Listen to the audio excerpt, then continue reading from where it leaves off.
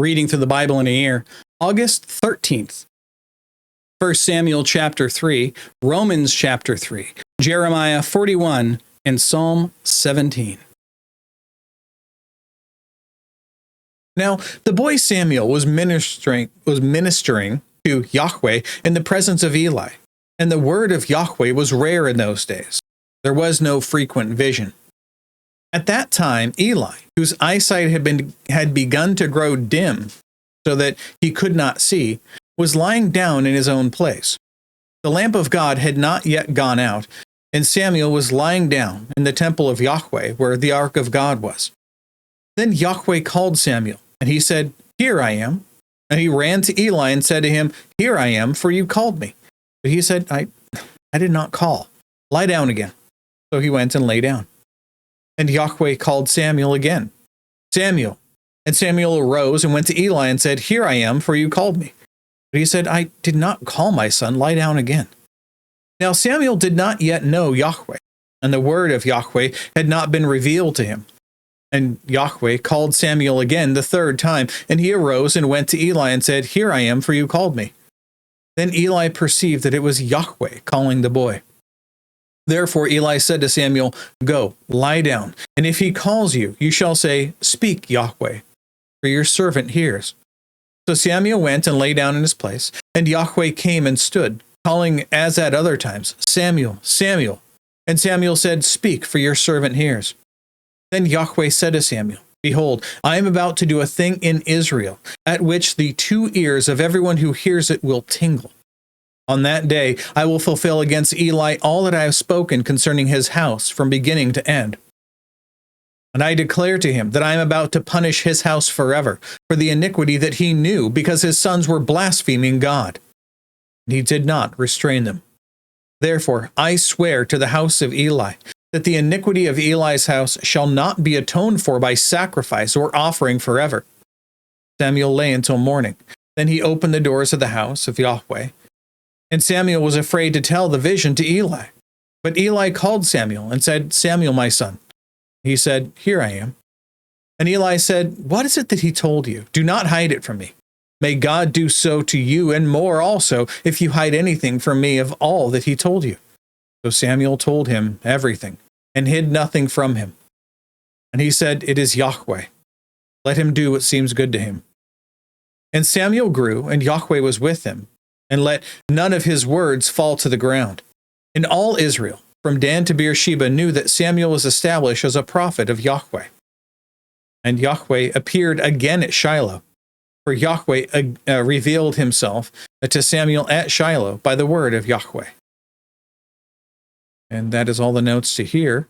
Moving on to Romans chapter 3.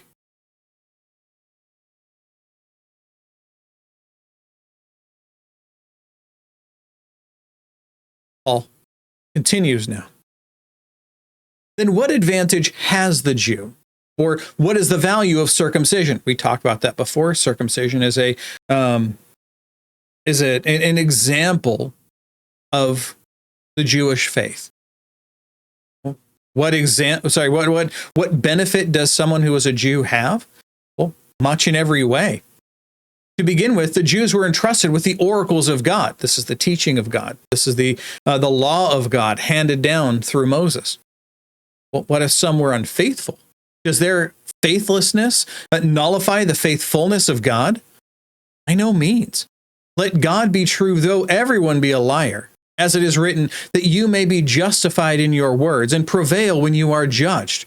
But if our unrighteousness serves to show the righteousness of God, well, what shall we say? That God is unjust to inflict wrath on us? I speak in a human way. By no means. For then how could God judge the world? But if through my lie God's truth abounds to his glory, well, why am I still being condemned as a sinner? Remember how I said before when we started this book, how he has likely encountered many questions over time, just as I have encountered many questions or problems or even hypocrites trying to justify themselves before God. I've seen it multiple times. So anytime I come across something like that, I'll stop and explain the text to you so that it makes sense to you as I really had no one to explain it to me when I was young.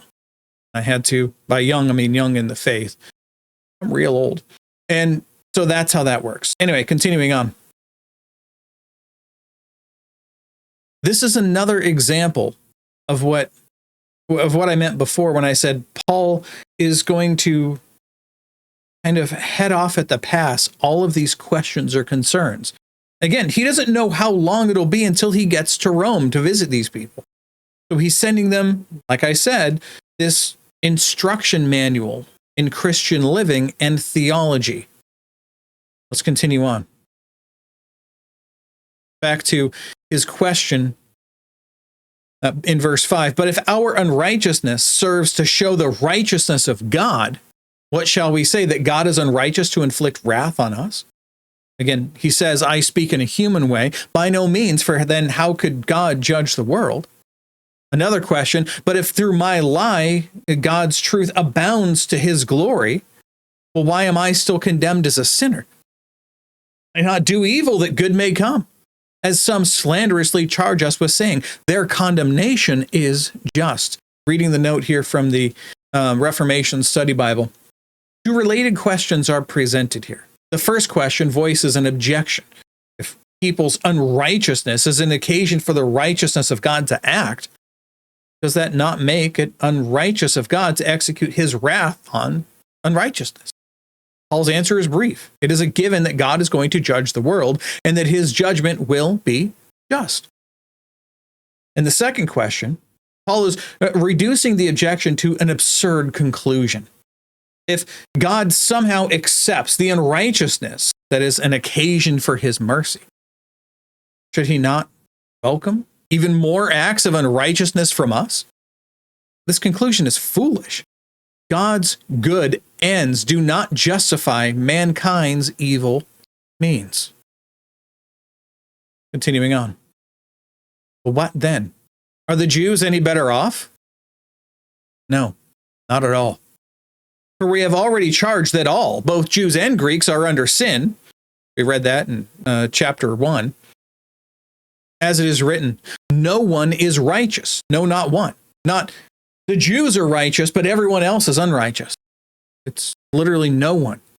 No one understands. No one seeks for God. All have turned aside. Together they have become worthless. No one does good, not even one. Even Moses. Not even Abraham. Their throat is an open grave. They use their tongues to deceive. The venom of asps is under their lips. Their mouth is full of curses and bitterness. Their feet are swift to shed blood. In their paths are ruin and misery. And the way of peace they have not known. There is no fear of God before their eyes. Now, this is a quote from, all of these have been quotes. This is quoted from Psalm 36. Previously, we had Proverbs chapter 1, verse 16, and also 15 through 17, kind of in all. Psalm 10:7, Psalm 5:9, and then we also just read the other day, Psalm 14. Right? This is also reflected in Psalm 53. But there's no fear of God before their eyes. This is the open statement of truth. This is the reason why people still reject God to this day. And I've heard it a bunch of times. So if God would just crack open heaven and poke his head through and go, "Hi guys, I'm here," then I would worship him. What do we read in chapter 1? We have all of creation pointing to his glory, to his power, to his authority, to his right to rule and judge over us. We have our conscience within us that was ingrained within us to teach us about who God is, and we still reject him every single day. What more do we need? There is no fear of God. And I've heard it when I was very young. My parents went to a very liberal church, and they would teach things in that church like that. Well, what God means by fear is he just means a healthy respect. No. The right reaction is what people have when they see angels of God. What's the first thing all of them say? Do not fear. Why? Because it is terrifying. We know the theology of God. It's been taught to us since we were children. Many of us have been raised with this knowledge of who God is. And we have a faith that God is who he says he is, which by itself should be terrifying. But the moment that that faith is made reality,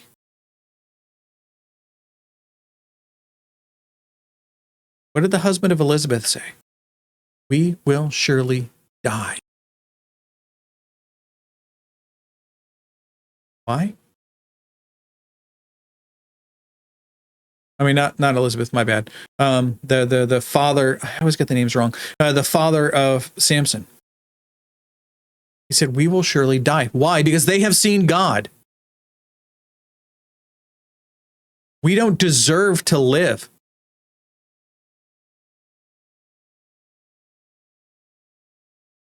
When Isaiah, in Isaiah 6, was taken up to the throne room of God, he said, woe is me.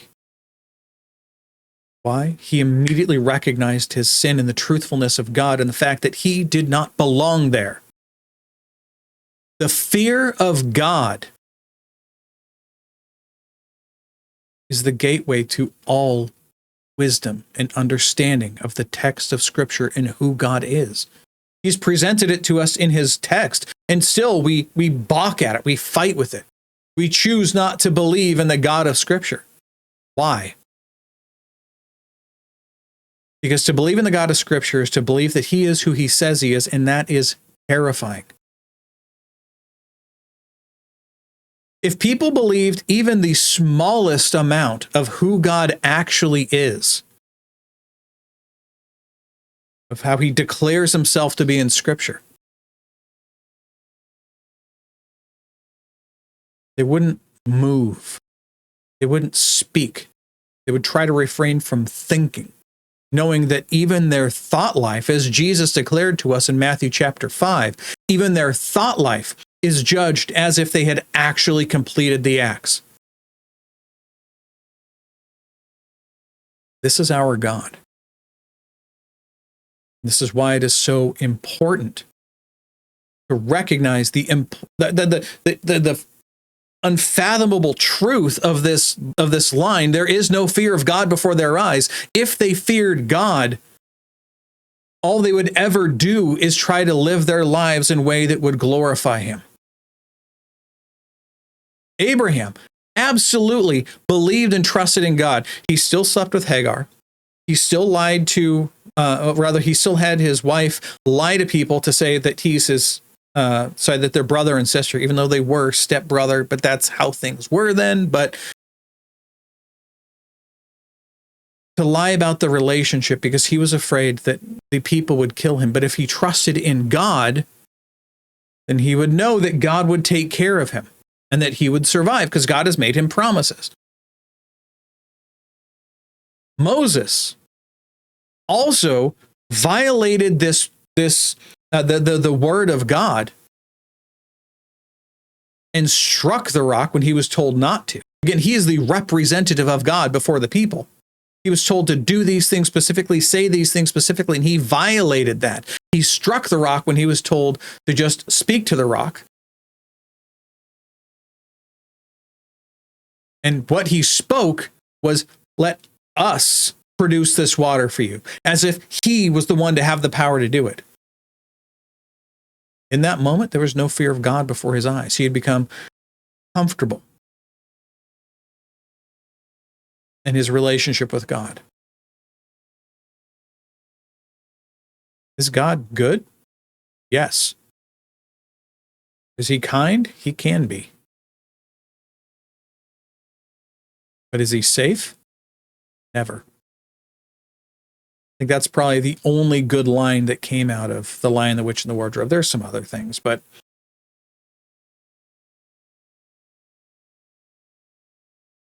there's no fear of God before their eyes. Remember who he's talking to here. Paul is talking to people who are both Gentiles and Jews. They've been raised and taught since they were infants, and their parents have been taught since they were infants, and their parents' parents have been taught since they were infants, all the way back to Abraham, that they are the chosen people of God.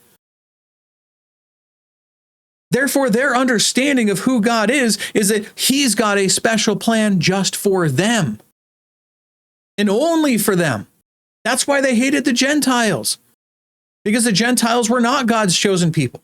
This is why the Jews tried to kill any one of the Christians who said that I'm going to go to the Gentiles and teach them the truth about God. Like, no, you can't do that. That's our God. He doesn't belong to them. Not those people.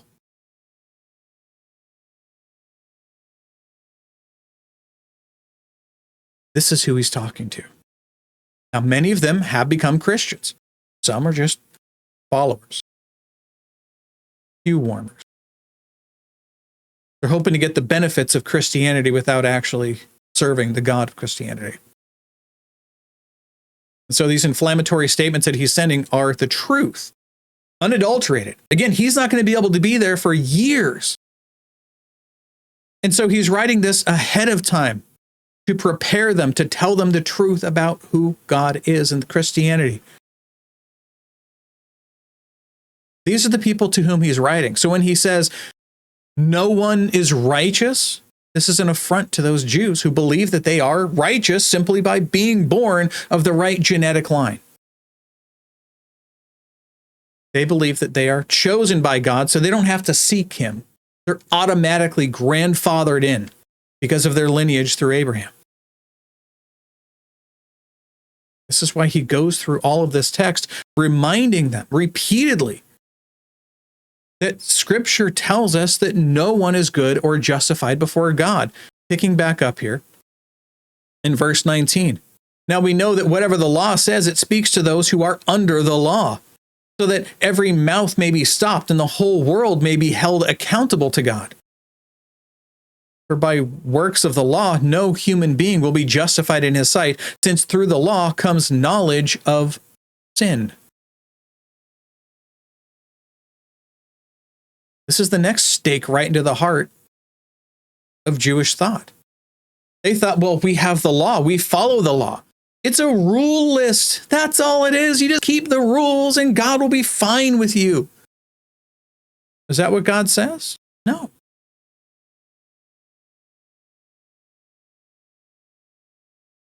The law of God, we're about to get through here. Paul's about to expand on this for us. Everything pivots on chapter 3, verse 20. By works of the law, by keeping the law, no human being will be justified in his sight.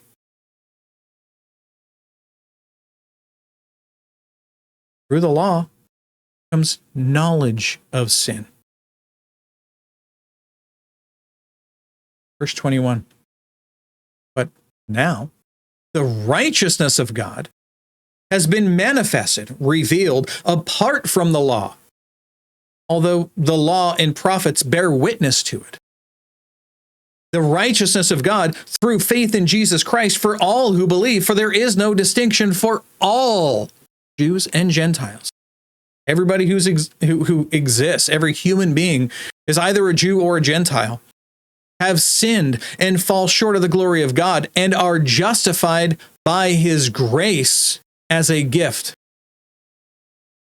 through the redemption that is in Christ Jesus, whom God put forward as a propitiation. It's a fancy word that means full and final payment by his blood to be received by faith. This was to show God's righteousness, because in his divine forbearance, he had passed over former sins.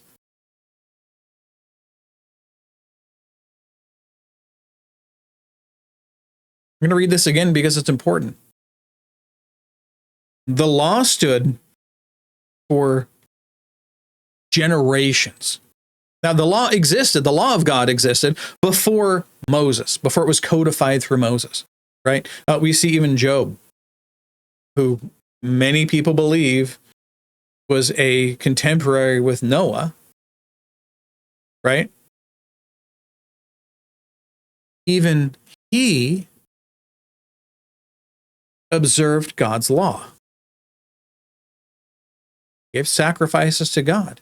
He sacrificed for his children in case they had inadvertently sinned. This is later represented in Yom Kippur, the Day of Atonement. People given a sacrifice for their for the sins that they didn't know that they committed. So through this, all right, through the law, what we see God's standard of holiness, his standard of perfection revealed to us. God is revealing to us who he is by giving us a law that we literally cannot keep. It's the signpost that says, you must be this holy to enter my rest. Remember when we read through that in the Psalms? Who is it who's allowed to ascend God's holy mountain? Who is it who's allowed to enter his presence? What did we just read? No one is righteous. No, not one. No one seeks after God. No one is justified. Our mouths and our lips condemn us for the things that we say and do. Jesus declared to us in Matthew chapter 5 that our hearts and our minds and our thoughts condemn us before God. So no one is righteous before God. No one can keep the law as it should be kept perfectly. As Jesus says in Matthew 5:49, we must keep the law perfectly as God the Father keeps the law. Our perfection must match his perfection. Still think you can keep God's law? Because that's the point being made.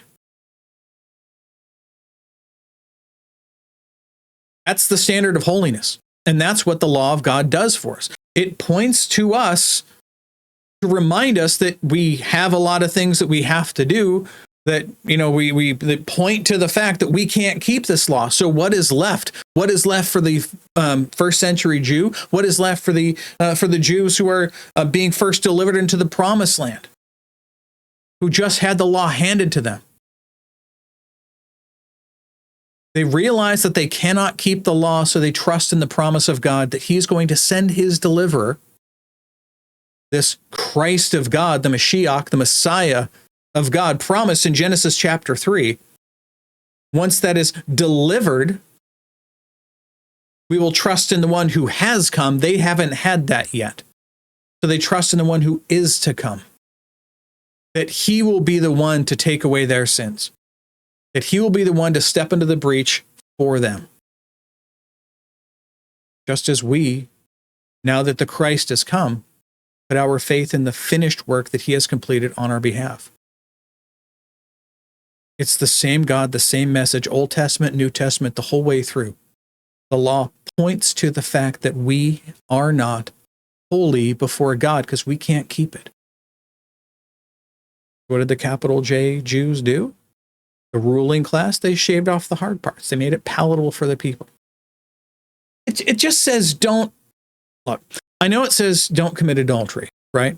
But just don't sleep with your neighbor's wife. It'll be fine. What does Jesus say? If you look at a woman and lust after her in your heart, you've committed adultery with her.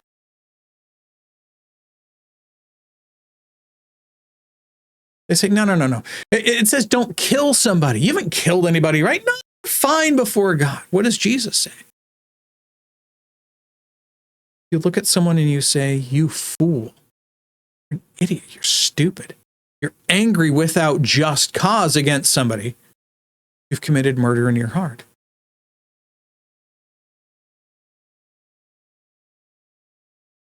Why do you think the Sermon on the Mount was on the Mount?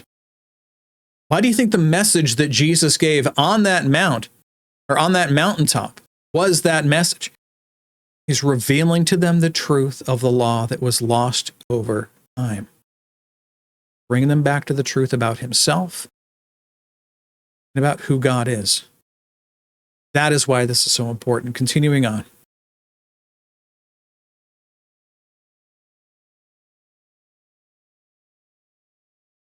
there is no distinction.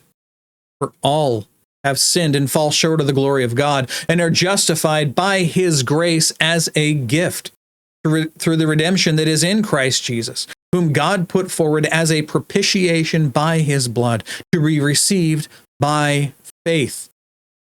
Because if it were just by we're going to go into this later, but if it was just a list of rules that you just have to keep, well then who cares? Just keep the rules. Just do the things. You could earn it for yourself. You could do it by yourself. But in this way, God is the one who gets the glory for your salvation. He is the one who's done all the work to save you. I've gone over John 3 numerous times. Read through it carefully. I know there's a lot of people, and I used to be one of these people who put so much into my decision to follow Jesus. Like I was the hero of my salvation because Jesus may have cracked open that door for me, but I'm the one who grabbed that rung. I'm the one who swung through that door. I'm the one who purchased my salvation. It also makes it on me to keep myself saved. That's why you have so many people who are falling in and out of their salvation. They're afraid that they're constantly, they got a dot to stay on, and this is the dot of perfection. They have to constantly stand on that one spot, or they can't think out of that line. They can't move out of that line because they might lose their salvation. It depends on them, not on the God who saves. See how this works? God is the one who gets the glory. He saved us by his own work, by his own power, by his own plan before we were even created, before the universe popped into existence at the command of his voice. He had already decided who he was going to save. He already decided why he was going to save people, because it's entirely up to him. We didn't do anything to earn our salvation. Entirely on the decision of God. We are saved by God, from his wrath to God's glory. That is why it is from faith to faith.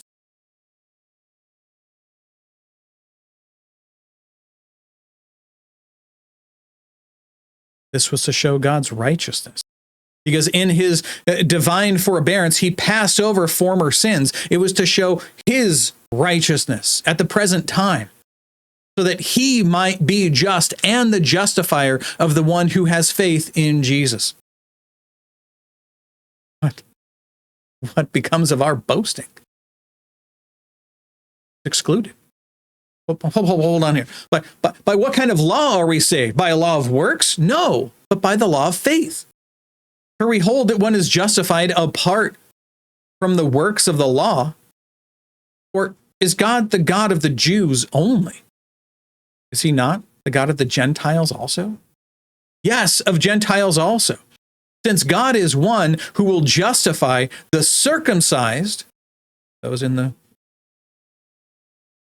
Jewish body of believers, he will justify them by faith.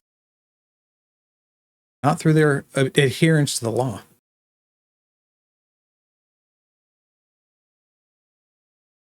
And the uncircumcised, those who are not part of the Jewish body believers, will be saved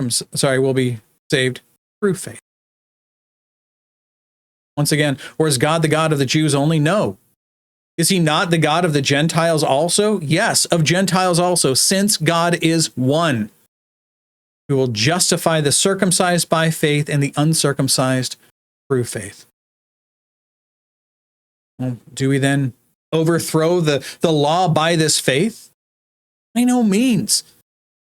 On the contrary, we uphold the law. We're not taking the law of God and throwing it out. We're saying that the law of God is accurate. It is right. It is pure. That law of God condemns me to death, and I'm thankful for it. because it tells me of the justness of the facts that God is who he says he is, that he has every reason to deserve all of the praise and honor he receives,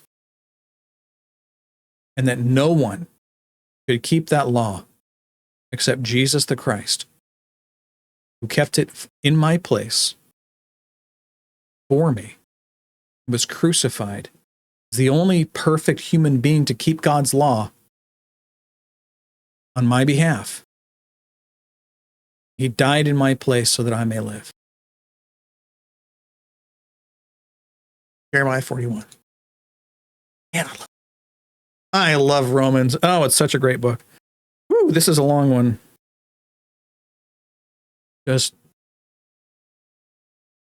warned you. In the 7th month, Ishmael, the son of Nethaniah, son of Elishama, of the royal family, one of the chief officers of the king, came with 10 men to Gedaliah, the son of Ahikam, at Mizpah. As they ate bread together there at Mizpah, Ishmael, the son of Nethaniah, and the 10 men with him, rose up and struck down Gedaliah, the son of Ahikam, the son of Shaphan, but with the sword, and killed him, whom the king of Babylon had appointed governor in the land. Ishmael also struck down all the Judeans who were there with Gedaliah at Mizpah, and the Chaldean soldiers who happened to be there. That's the part that scares the people the most. These people came in and killed everybody.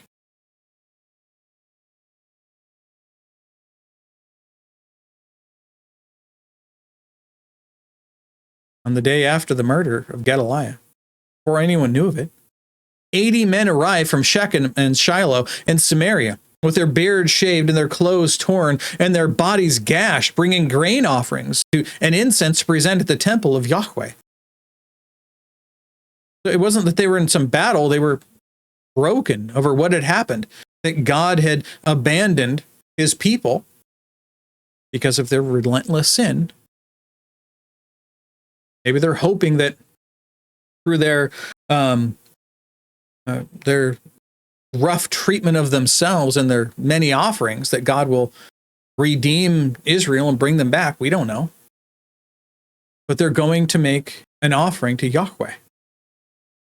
And Ishmael, the son of Nethaniah, came out from Mizpah to meet them, well, weeping as he came. And as he met them, he said to them, "Come into Gedaliah, the son of Ahikam." When they came into the city, Ishmael, the son of Nethaniah, and the men with him slaughtered them and cast them into a cistern. But there were 10 men among them who said to Ishmael, do not put us to death. We have stores of wheat, barley, oil, and honey hidden in the fields. So he refrained and did not put them to death with their companions.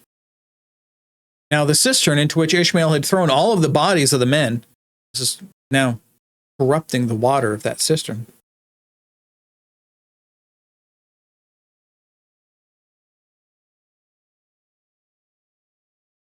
That's my spot. Yep. Whom he had struck down with Gedaliah was a large cistern that King Uzzah had made for defense against Baasha, king of Israel.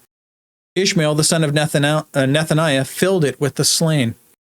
Then Ishmael took captive all the rest of the people who were in Mizpah, the king's daughters, and all the people who were left in Mizpah, whom Nebuzaradan, the captain of the guard, had committed to Gedaliah, the son of Ahikam. Ishmael, the son of Nethaniah, took them captive and set out to cross over to the Ammonites. But when Johanan, the son of Kareah, and all the leaders of the forces with him heard of all the evil that Ishmael, the son of Nethaniah, had done, they took all their men and went to fight against Ishmael, son of Nethaniah. They came upon him at the great pool that is in Gibeon. When all the people who were with Ishmael saw Johanan, son of Kareah, all the leaders of the forces with him, they rejoiced. So all the people whom Ishmael had carried away captive from Mizpah turned around and came back and went to Johanan, the son of Kareah. But Ishmael, the son of Nethaniah, escaped from Johanan with 8 men and went to the Ammonites.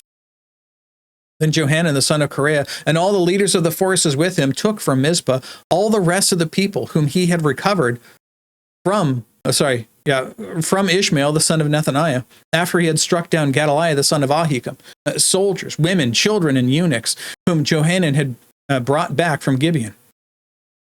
And as they went and stayed at Geruth Chimham, near Bethlehem, intending to go to Egypt because of the Chaldeans, for they were afraid of them, because Ishmael, the son of Nethaniah, had struck down Gedaliah, the son of Ahikam, whom the king of Babylon had made governor over the land. They were afraid that if Nebuchadnezzar or his armies came back just to check up and see how things are going and saw everybody was killed, they were afraid that they would have thought that it was them who had done it and wouldn't believe them, that Ishmael, the son of Nethaniah, with 10 men, happened to kill all these people when everyone else who had power had left.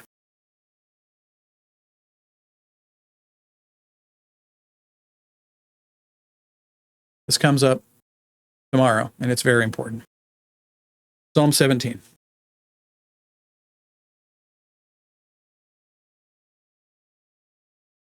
Hear a just cause, O Yahweh.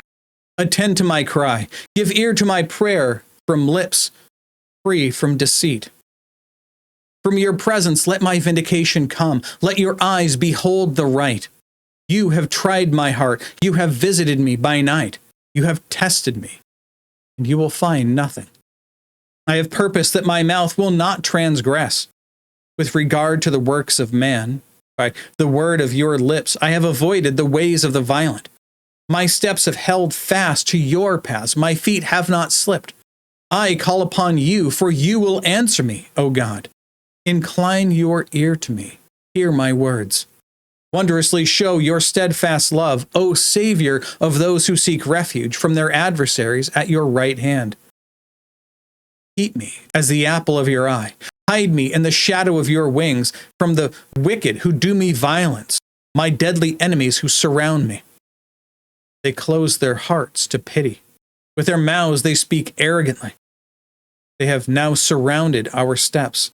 They have set their eyes to cast us to the ground. He is like a lion eager to hear, as a young lion lurking in ambush. Arise, O Yahweh, confront him, subdue him. Deliver my soul from the wicked by your sword, from men by your hand, O Yahweh. From men of the world, whose portion is in this life. You fill their womb with treasure. They are satisfied with children, and they leave their abundance to their infants. As for me, I shall behold your face in righteousness. When I awake, I shall be satisfied with your likeness. That is all for today. That is all the reading and all of the notes. God willing, we'll be back tomorrow. Behold, the word of the Lord.